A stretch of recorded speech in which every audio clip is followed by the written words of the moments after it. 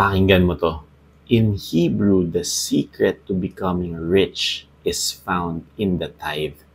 Not because God needs your money, but because tithing puts you in the same covenant flow as Father Abraham. And Father Abraham was mega rich and a blessing to nations. When Abraham tithed to Melchizedek sa Genesis 14, God poured out supernatural increase over his life. Genesis 13:2 ang sabi, Abraham was very rich. Yung word na rich sa Hebrew ay ashir. Ibig sabihin, overflow, wealth, abundance, influence. And here's the Hebrew revelation. The word tithe, maaser, comes from the same root as the word rich, ashar, meaning in the tithe is the power to become rich. The principle that produces God-style abundance. Tithing doesn't take money from you.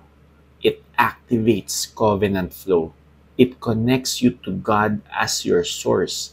It aligns your finances under heaven's system, not the world's scarcity system. Abraham tithed. God made him rich. And through Christ, you are Abraham's seed. Same blessing, same covenant. Why does God want you rich? So you can be a blessing to many. That's the Abrahamic pattern. So today, don't see tithing as losing. See it as an act of worship and thanksgiving, acknowledging that God is the source of everything that you have. Declare this: God made me rich. Comment mo dyan, my friend. I choose covenant wealth. Like, subscribe, and share para mas maraming tao ang ma-break free from poverty thinking and step into abundance. Blessed to be a blessing. God bless.